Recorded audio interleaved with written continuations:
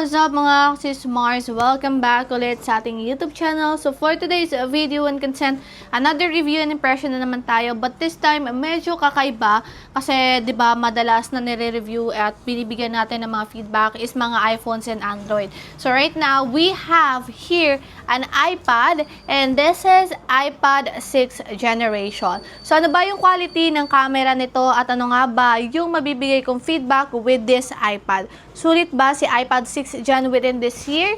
So tara mga sis Mars, check natin.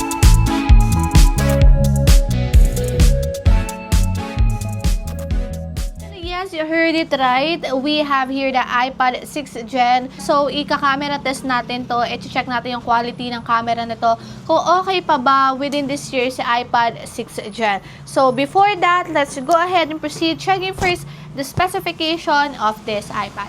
So, this iPad 6th Gen was released way back on 2018. So, sa display, meron itong 9.7 inches na merong IPS LCD. Pagdating naman sa body build ng iPad 6th Gen, meron siyang aluminum back and aluminum frame. Pagdating naman sa iPad 6th Gen natin, meron itong SIM tray, but this one is not for messenger, message, something like that. You can only use this one for data. Pagdating naman sa chipset, merong Apple A10 Fusion si iPad 6th Gen na merong iOS 11.3 na upgradable up until iPad OS 17.6. Pagdating naman sa specification ng camera ng iPad na to, meron siyang single main camera na 8 megapixel at cover po ng resolution ng main camera niya na video recording 1080p with 30 fps. Sa selfie camera naman, meron siyang 1.2 megapixel and of course, sa video recording, that is 720p na meron 30 fps. Meron two choices sa storage itong si iPad 6th Gen and that is 32GB RAM and also 128GB.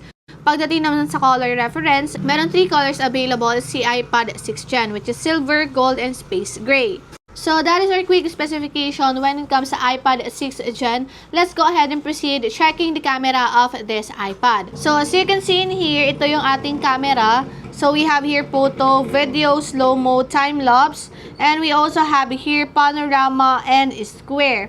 Sa video, meron ka din ditong option also to turn on and turn off the HDR. You have here the timer and also live on and live off button. Here is the button for zoom in and zoom out. Ayan, old school yung version niya. So sa front facing camera naman, as you can see right there, we also have the same feature as we flex earlier, time-lapse, slow-mo, video, photo, square, and also panorama. Same lang din ang feature dito sa taas, which is HDR. You also have a way to turn on and turn off, of course, the live on and live off button, and then timer. So let's try to flex the camera of this iPad using the main camera. So we have here the main camera. Ayan. So, video sample of iPad 6th Gen currently using the main camera. As you can see, I'm using my DJI right there. Ayan. Para makita nyo, lower natin yung brightness. Ayan. So, you can zoom in the video.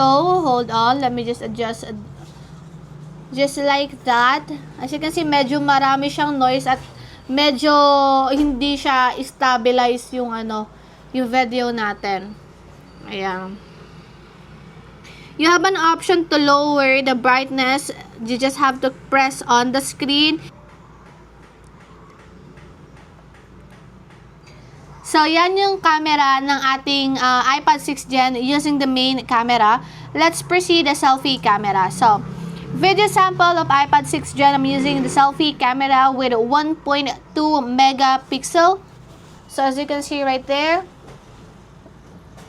So, that is my setup. Sobrang laki ng iPad 6th Gen natin. Medyo ang hirap niyang hawakan when it comes sa video. But, siyempre, pag iPad kasi usually dapat pa landscape, right? So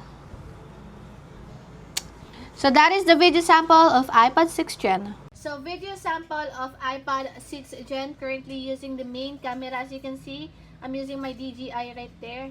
Ayan. Para makita nyo, lower natin yung brightness. Ayan. So, you can zoom in the video. Hold on. Let me just adjust Just like that. As you can see, medyo marami siyang noise at medyo hindi siya stabilize yung yung video natin. Ayan. You have an option to lower the brightness. You just have to press on the screen and then do this. There will be a sun na pwede mo i-scroll upwards and downward. Ayan.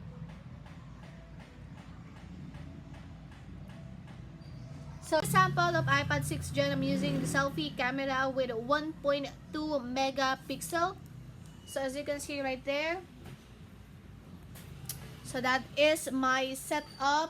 Sobrang laki ng iPad 6 Gen natin. Medyo ang hirap niyang hawakan when it comes sa video. But siyempre pag iPad kasi usually dapat pa landscape, right? So that is the video sample. So let's proceed to my conclusion if I can recommend this iPad 6 Gen this year. For me mga kasismores, yes, I can still recommend this iPad 6 Gen, of course. Pero pagdating kasi sa camera, since we are talking about the camera of this iPad, I cannot recommend this iPad since medyo blur, since madaming noise at hindi ganun kalinaw yung quality ng camera niya, main camera and selfie camera niya. Siguro, I can just recommend this iPad for mga students, for documents, for work, something like that. Or you can just use this one for edits, for Netflix, ganon. Pero, pagdating sa camera niya, I cannot recommend this iPad since hindi talaga ganun kalinaw yung camera niya. So, again, that is just my own feedback. It actually still depends on your end.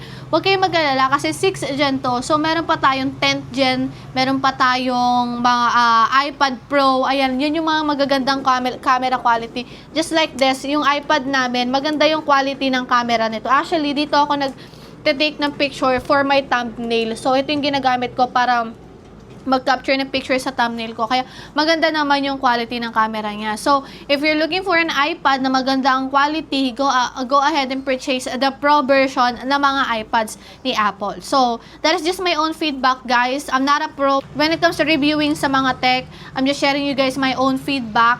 So, it still depends on your end. So, once again, my name is Maring Ana. Thank you so much for watching. I hope nakatulong ako sa inyo ng medyo so-so lang pagdating sa pag-share ng own feedback ko dito sa iPad 6 Gen. Mabibili nyo to sa, of course, sa mga recommended shops natin. Sa Green Hills, isa na dyan si Ate Jelly. So, which is J&J Gadget Shop XA15. Dyan pa rin si Ate Jelly. Isa siya sa mga direct supplier ng mga iPads. My name is Maring Ana. Don't forget to follow me on my TikTok account, astories.ugc. Thank you so much for watching and bye!